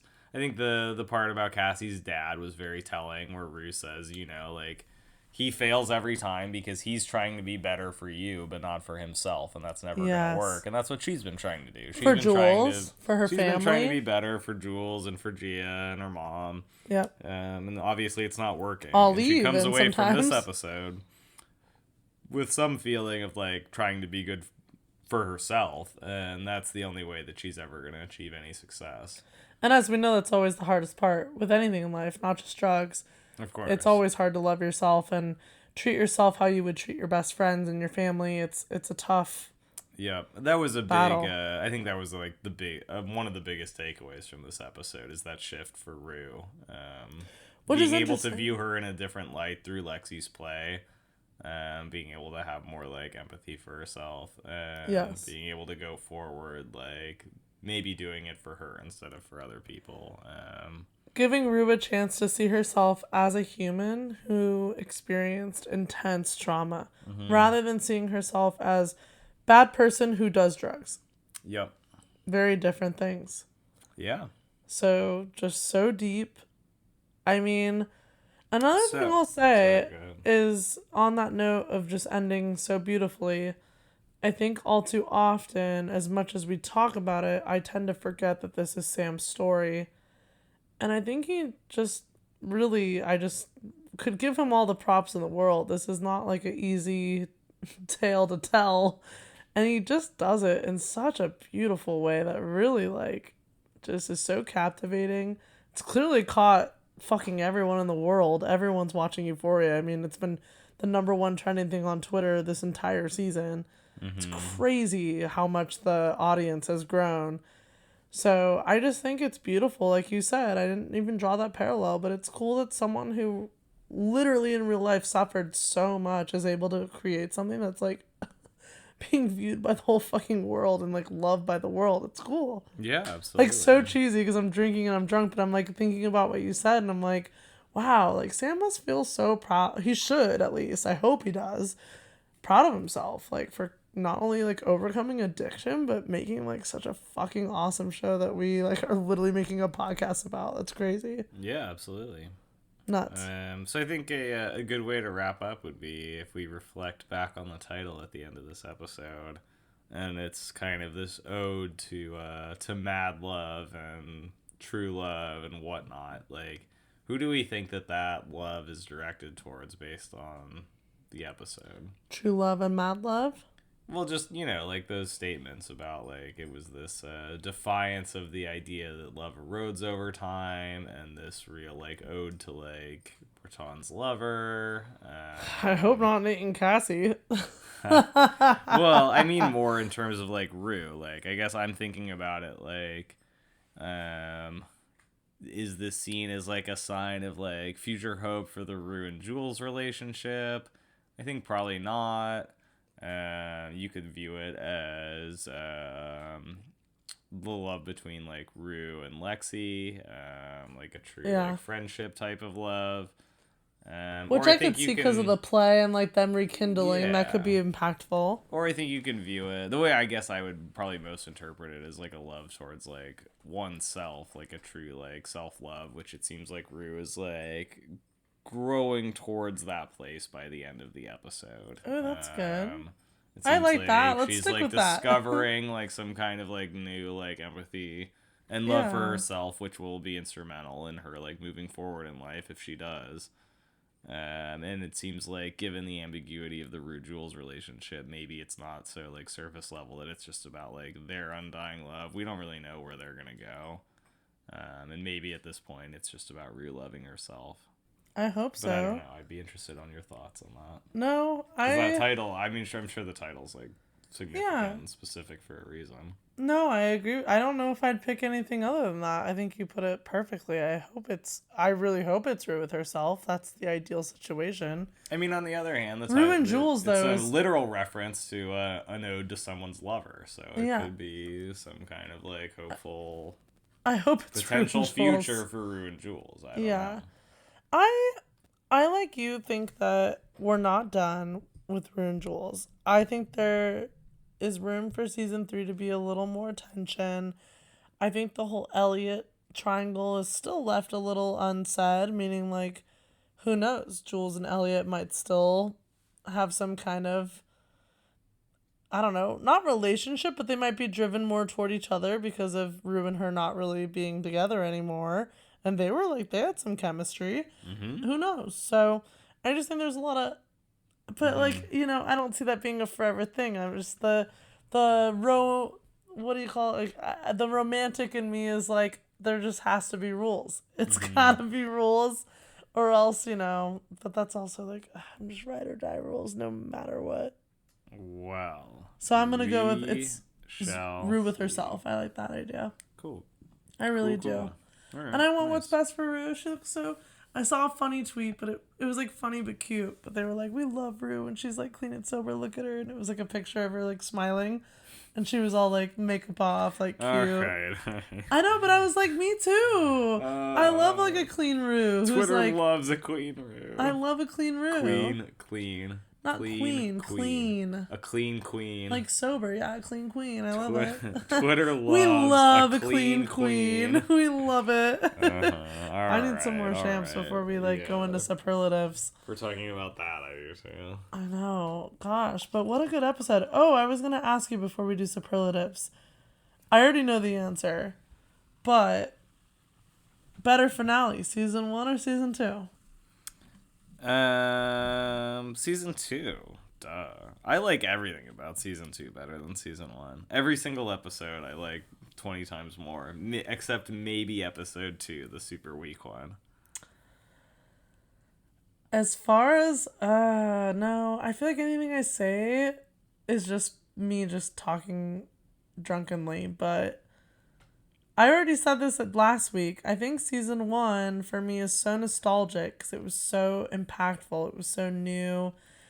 And I know it sounds very hipster of me, but it's like not everyone was like involved. It felt more personal because like it wasn't the whole world watching it. It was more of a niche group loving Euphoria. Mm-hmm. It's now become like, who the fuck isn't watching Euphoria? So I just hold a special place in my heart for season 1. So and the finale caught me way off guard in season 1. It was like such a wow moment. This was just as good, meaning equal. But season 1 just has a tiny bit more for nostalgia for me. That's interesting. In general, I guess this is a good moment to capture. What are your reflections on season 2? I think mine are a little more obvious. But intense. How do you feel about it? Yours are probably different than yours. I think, like I said, season 1 was, to most people, more lighthearted, this or that. If anything, for me, it was opposite. It was, like, dark and just as intense as this season. Not intense in the action and what's actually going on. Intense emotionally is what I'm getting at. Like I told you, this was the first show I've ever seen. And I really mean this so honestly. The first show I have ever related to personally in terms of, like, dealing with my dad's death.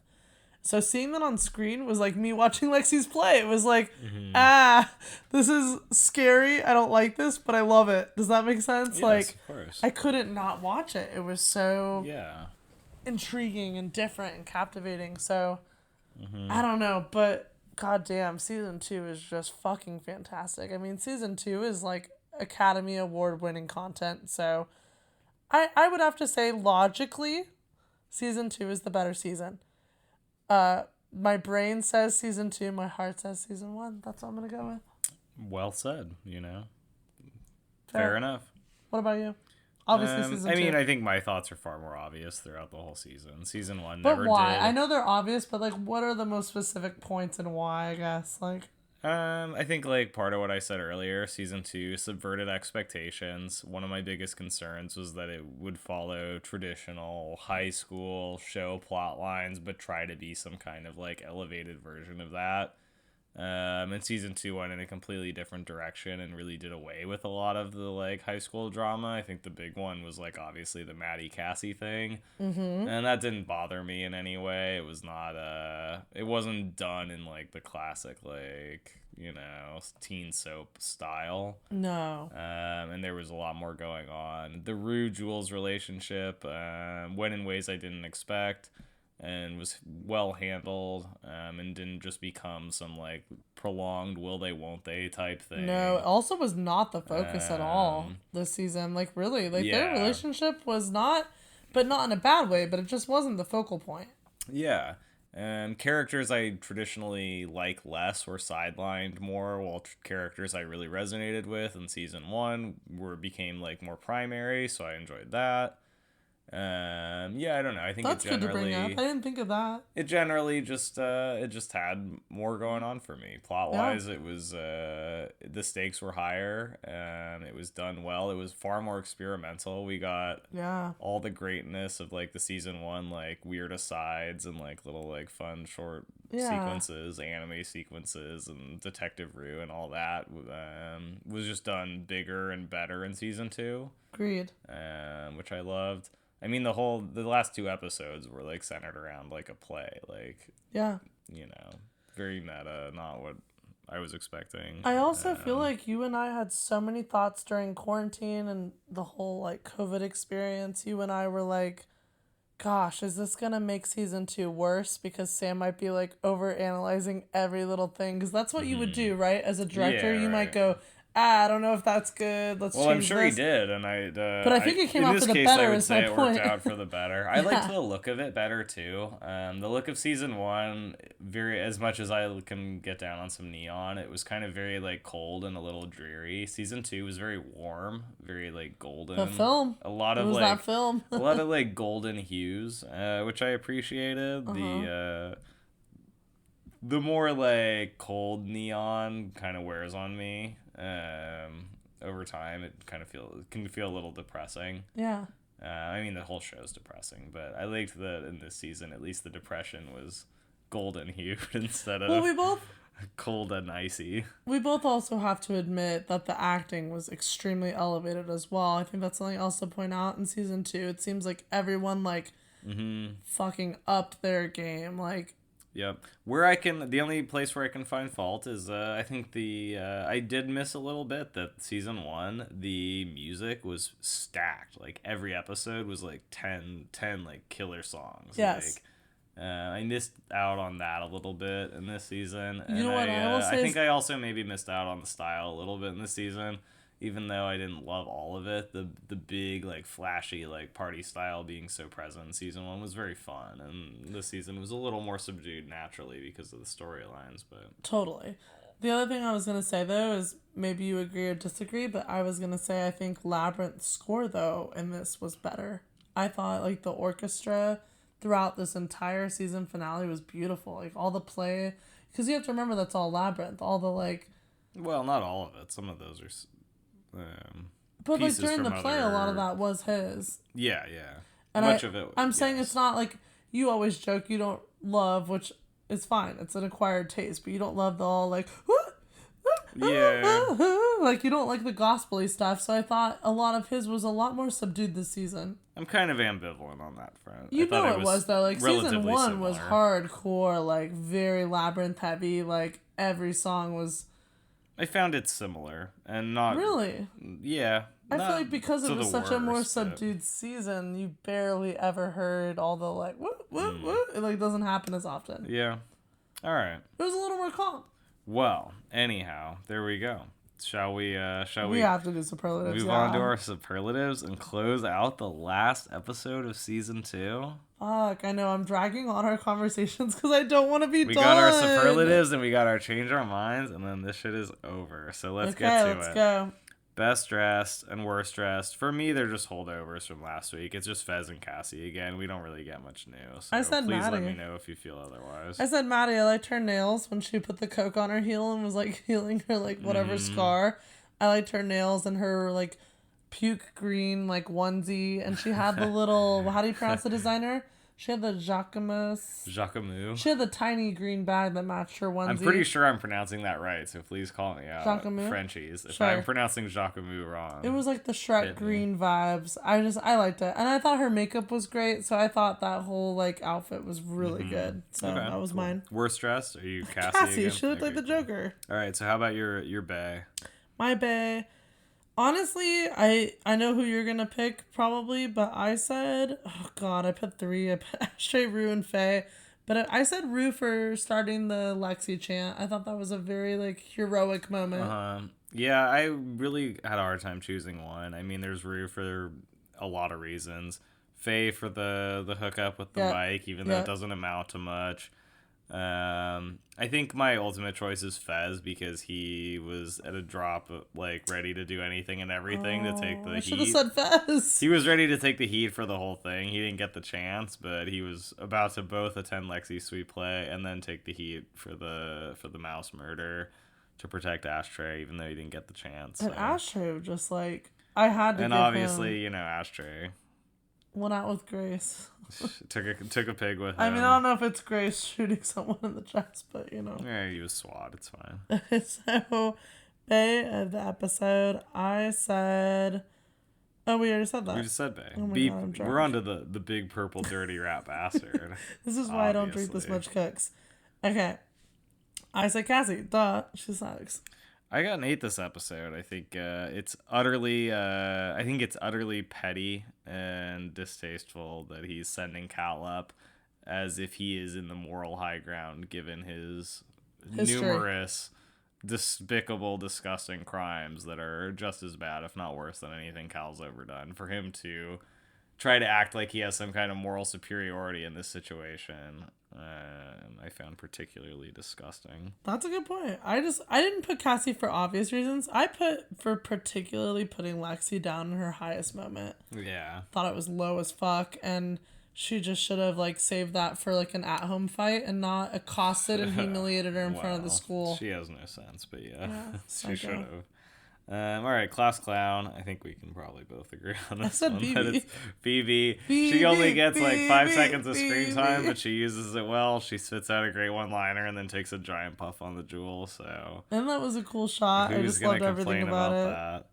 That? Okay, cool. And then the song. What do you got? I said, Alex and I were laughing.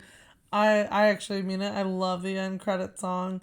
It's Labyrinth and Zendaya, but the title has not yet been released because we're literally recording this 5 minutes after we watched the episode. So I jokingly said the song is called Hey Lord because they say that the most. Hey Lord. Hey Lord. Hey Lord, you listen here. Hey Lord. So I'm calling it Hey Lord, and if tomorrow it's called something else, I don't know, fuck it. Okay. Roast me online, give us all the reviews. Okay, cool. My technical choice is Can't Get You Out of My Head by Kylie Minogue, only because it's so great. But a very close second up was Uno che grida amore by Ennio Morricone, who is like probably my favorite composer. He's very famous for his spaghetti western scores, but I think his non-spaghetti western scores are just as good, if not better. Especially Danger Diabolic. But this one is from a movie called The Love Circle, or the literal translation from Italian is, let's say, An Evening for Dinner, which is a movie about like five rich fancy people like boning each other because they're bored. But the title of the song, translated to English, means one who shouts love. And it's very I found it theatrical, not in like the big dramatic way, but in like literally like it feels like a song that should be played during a play, which it was.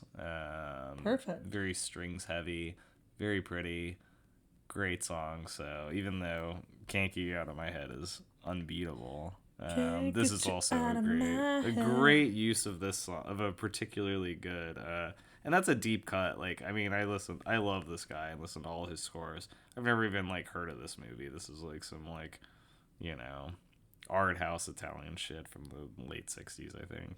Cool. It's like, whatever. But great song, amazing, beautiful.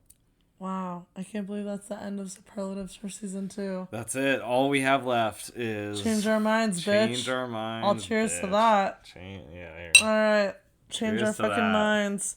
Hey, a big cheers to anyone that can change our minds. Anyone that can and has changed our minds throughout the season. Here's to you, because it happened, and I respect it. It happens all the time. Mm-hmm. Like this one. This is very important. My mind changes all the Paige. time. Leslie was eating ice cream from a small white bowl last episode. Yeah, I don't know what the hell you were talking about. Talking about some tuna out of a can shit. I That was thought just she was ice eating cream. beans Yeah, or get tuna. out of here. Whatever. Your mind has changed. My mind has changed. I've now learned that just Leslie ice was cream, indeed pervert. eating ice cream. Yeah. Okay. What else? We got a really cool email. I'm just going to read it. And this is all in regards to last episode. Yes. So, hi. Just a note regarding Nate looking in the mirror. It is a reference to the painting, and when they say looking in the mirror, they mean when he's with looking Jules. at the back of himself in the mirror. Yes. It is a reference to the painting not to be reproduced by French painter Magritte. This surrealist painting is a portrait of a friend on Magritte, the poet Edward James. The book on the mantle is a copy of Edgar Allan Poe's The Narrative of Arthur Gordon Pym. This goes well with the surreal, dreamlike horror / David Lynchy vibe, but also to me it strongly refers to Nate's fear of looking at his real self. It's been nice listening to you from Tel Aviv. So Beautiful. sweet. A perfect Beautiful. change our minds, bitch. Even though it's not really a change our minds, I so appreciate the write-in. That's something I should have caught, given that there's been other references to Magritte throughout the season. But absolutely right. Well said. And, continuing the surrealist theme, this week's episode was tied to Andre Breton and surrealism. So, great call. Clearly, there was some significant influence for Sam throughout the season to include so many references to various surrealist pieces. Yeah. And yeah, absolutely. 100% right. Amazing to the detail. And they also included an image of the painting, which I thought was so cool because I know you've seen it and you immediately knew, but I did not. So I loved getting that. That was like a highlight. Yep. Yeah. So thank you. Great call. Thank you. Okay. Next, change our minds. So this is, I won't say names. So this person also emailed in. They said Nate Jacobs was correct on the scene being homophobic in Lexi's play. No matter how terrible the person is, outing someone to the entire school is incredibly fucked up. Lexi overheard that Nate had dick pics on his phone and used that in her play.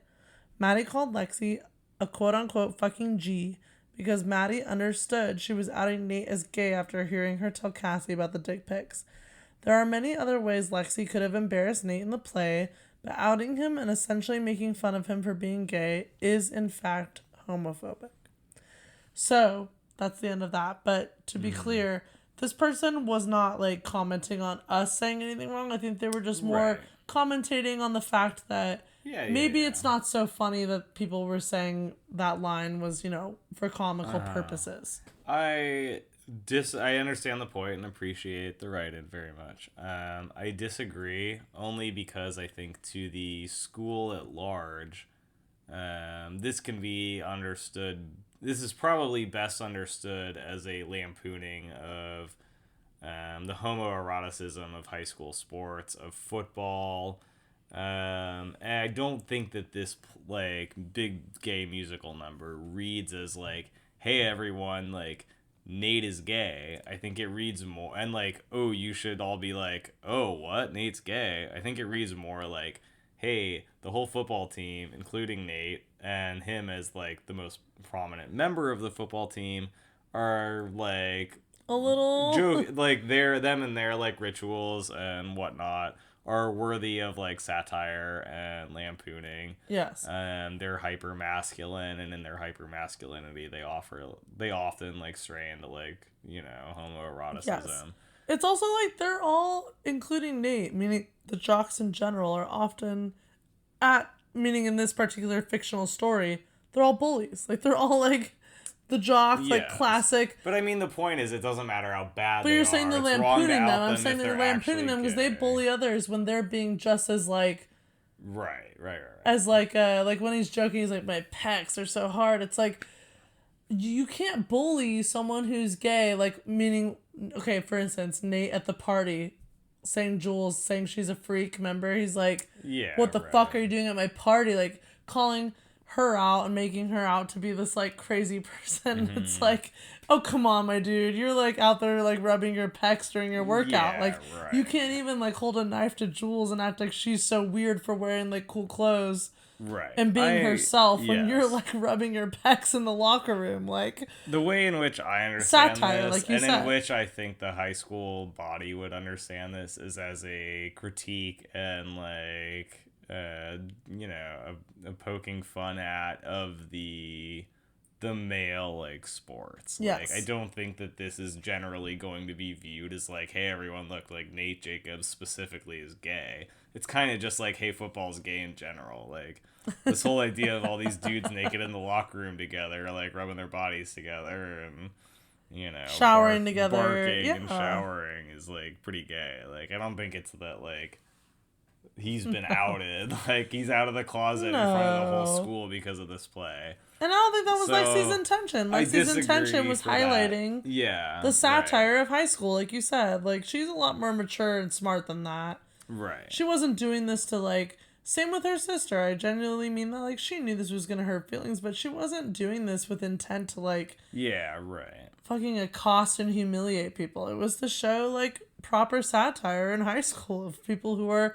overly conceited, like her sister. Mm-hmm. You know? And, yeah, like... I agree. Yeah. So I see the point, but I disagree in that I don't think that was the way it would be interpreted. And if it was that way, then yes. Or I also don't think it was the way it was intended. But our listener would be right in that if that was the intent, then yes, that would be like considered offensive and a little bit, meaning you should never out someone in a play. That's awful. Yeah. But in this case, I don't think I think it's also worth noting that to most of the school, like these like insane interpersonal relationships and characters are probably like completely like obfuscated. Like I don't think much of the school is like completely in the know about who every one of these characters represents, and like I'm sure like there's plenty of people that do get it and understand the references, but like you're talking about a whole school, like they're not all expected to know like these 12 main characters and the intricacies of their life and who these doppelgangers represent and this whole thing. Yeah, it's kind of vague. These are just regular ass students for the most part. They don't know what the fuck this all represents. They just get that it's the football team and the football team's gay. Like, haha.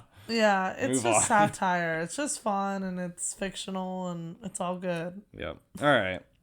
What else? That's it. Oh, shit. Jeez. Well, that's it for, like, Change Our Minds. All right. Well, I mean, that's it for the whole season. Stop. That's it. I hate it. That is it. And we've gone through 2 bottles of champagne this episode, which is fitting for 2 hours of content. Yeah, the cocktail this episode was just champagne. The finale fuck up, which is just drink 2 bottles of champagne in a short period of time. Yes, that's it. Yep, cool. Well... Jesus. Wow, yeah, I don't really have many, like, words. We ended it well. Like, that's it. Like... Well, we do, you should all stay tuned. Well, yeah, I didn't mean that, but I'm saying other than that, like, the recap is done. That's it. But yeah. What I will say, Euphorians, is although the season is over and we just did our 8-episode recap, it's not over for That's So Euphoric. It's over for HBO's Euphoria, but it's not over for That's So Euphoric. We've got some really fun things planned. I don't want to say anything, especially drunkenly, to give anything away, so I'll keep it kind of vague, but we absolutely have things planned. The season for us is not over, so stay tuned. Alex and I will be posting on social media to let you know what's next, but other than that, we are done, obviously, with episode recaps, but we've got some really cool shit coming your way. We're not done. Yeah. Watch the Insta. We've got some fun stuff coming for you very soon. You're gonna have to listen to our fried vocal voices for longer. Yeah. You're gonna have to listen to me yelling over Alex and us fighting over opinions on Euphoria. It's just, we're not done. Yeah, pretty much. We've got a lot more fighting to do. We have a lot more fighting to do. Yep. Good fighting, though. Yeah. Good debate. Kidding. But yes, we are very excited. And once again, such an amazing season. We thank you all so, so much for just always participating, writing in. I can't tell you how many submissions we've had that I would just love to read them all on the podcast, but we just don't always have the time. But they are just so valued. We are so thankful that you all enjoy a show as much as we do. The season's been bomb as fuck. We Yeah. just are so thankful for all of you, though, and you just make this so much fun. So, Yeah, absolutely. all in on a Thank you good to note. I everyone think that's we can listened cheers. and written in this season. We'll give it the old, here we go. We'll give it the old cheers to a great season and to our Euphorians. That's a Euphoric. That is so euphoric. We will see you at some Tuesday. Maybe not next Tuesday, At but some soon. Tuesday. And in stay tuned on future. social. It could be sooner, it could be later, who knows. But we love you. Happy Euphoria Day. Like today's episode? Great. We love that for you. Be sure to hit that subscribe button. Leave us a podcast review on Apple, Spotify, or wherever the fuck you listen to us weekly. And be sure to follow us on Instagram at so_euphoric for all the Euphoria updates you could ever possibly want in your life. Thanks for tuning in. Peace out, bitches.